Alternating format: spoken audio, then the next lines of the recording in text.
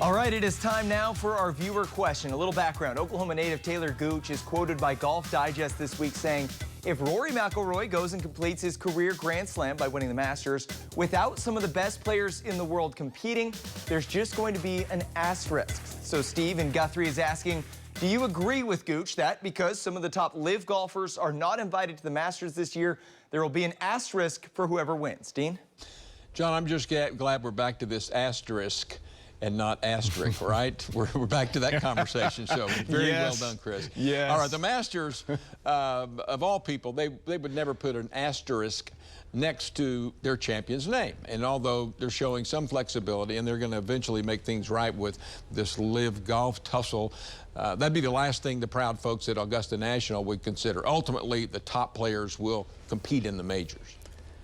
Yeah, I agree with you, Dean, and I think it's more a figurative thing that Taylor is speaking about. I think the general fan is not going to look at it like, oh, Rory didn't beat all of the best players that can get into a limited field like the Masters. I think it's pretty obvious what's going on here. Taylor, with all the uncertainty still with what's going to happen moving forward, is still stoking that fire in trying to encourage change, especially when he's much better than the 449th ranked golfer in the world right now, was what he is in the OWGR. Right. Dusty Dvoracek joins us now as we talk college football playoff expansion, perhaps beyond the 12-team format coming up, and automatic bids, 14 teams and opinions galore. Will the rich get richer even? Is the regular season diminished with this move? Here's what's being discussed. Sources telling ESPN and others that one 14-team model includes the SEC and Big Ten, getting 3 automatic qualifiers, and those 2 conference champions, that is, getting the only 2 first-round bye in that proposed 14-team format. All right, Dusty, let's hear it. Oh, hey, John. Yeah, listen, we haven't even had the 12-team playoff, and now we're talking 14. But college football, here we go. I actually like the 3-3-2-2-1-3 model. I think it makes sense. The SEC, Big Ten, you knew when Petitti and Sankey, those commissioners got together, they were looking for access. They were looking for power. They were going to get a little bit more. So I thought settling at 3 and it not being 4 makes a lot of sense. I don't like the fact that their champions get the automatic buys. I don't love that aspect of this. But I did think for the Big 12 for Brett Yormark, that was a big win. I think that the Big 12 guaranteeing they're getting 2 spots, I think that's a huge victory. Only 1 for the entire group of 5, and there's still 3 at-large spots available. So I want to see what 12 looks like before we get to 14. But I got to tell you, Dino, I actually kind of like the way they broke this out. Finances, governance, still a lot of questions to be answered, but so far, I'm intrigued. Yeah, I agree, but, you know, we're playing with fire here. It's one thing for the SEC and the Big Ten to request and expect to get 3 teams in, but I think you were saying the same thing. It's completely another thing for those leagues to kind of flex their muscles and expect the rest of college football to be giving them multiple buys. I mean, I trust SEC Commissioner Sankey. He's strong but fair. Messing with fire there. I don't want to see him jump out to that 2 super conference thing. Right. No, I don't either. And that's the one thing that I liked about this, John, like the fact that the Big 12, the ACC, you know, we heard Greg Sankey say we want to keep this all encompassing, right? We don't want to just take these 2 conferences and go off. We want to keep everyone together. Giving them the 2 automatic qualifiers makes sense. The group of 5, I do have some questions on how long that actually stays in play. Yeah.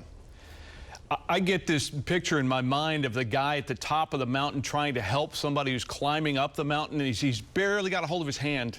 It's the SEC and the Big Ten up at the top saying, do we pull them all the way up? Anyway, the prognostication for the 2024 season continues. Early odds to win the SEC and the Big 12 are out. In the SEC, FanDuel has Georgia as the favorite, Texas the 2nd favorite at the moment, Ole Miss, Alabama, LSU after that, Sooners the 9th favorite. In the Big 12, Utah tops the list with Kansas State close behind, then Kansas, Arizona, Texas Tech, UCF, and Iowa State. OSU, the 8th favorite, guys.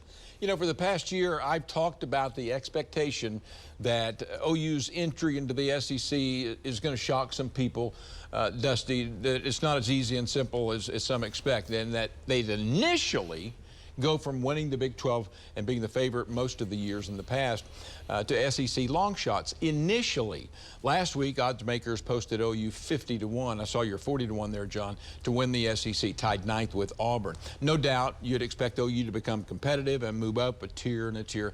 Of course, if they had Texas NIL money, they'd be even or ahead of the Longhorns today, but that's not where we are. The challenge now is to catch up in that NIL money and to help avoid losing out to key recruits simply because of cold hard cash. Venables needs a bag to win his share of battles with, you know, those big money opponents, Georgia, LSU, A&M. By the way, did you see the report, Caleb Williams? 10 to 12 million. Dollar bills, Steve. I was attacked, Dusty, a couple of years ago for opining that he would get that much.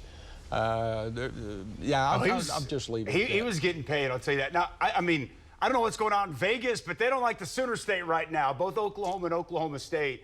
I think Oklahoma, they're going to have their struggles. Look, it's a new reality going to the SEC. I think we'd all agree to that. But ninth? What has A&M done? And I like Mike Elko a lot, but come on now, A&M, even Tennessee, they got a lot to make over this year, and they got to come to Norman. So I get that Oklahoma is a long shot to win the SEC, but ninth in that league, I thought that was a little bit low. And you got to help me understand this, John. What is going on with OSU? 8th best odds in the Big 12. I think I might make them my favorite to win the Big 12 next year. They just played for a Big 12 championship. They've got essentially the entire team coming back, 5 linemen, a quarterback, the best running back in the country, 3 best wide receivers, a dynamic duo at linebacker, an outstanding safety, and Kendall Daniels. Like, what am I missing here, John? 8th in the Big 12? What does Vegas know that I seemingly don't? I don't know, but I know this. They relish the underdog role under Mike Gundy, and they have Utah in Stillwater early in the season. Dusty, thanks. Our Thunder reporter Steve McGee, he talked to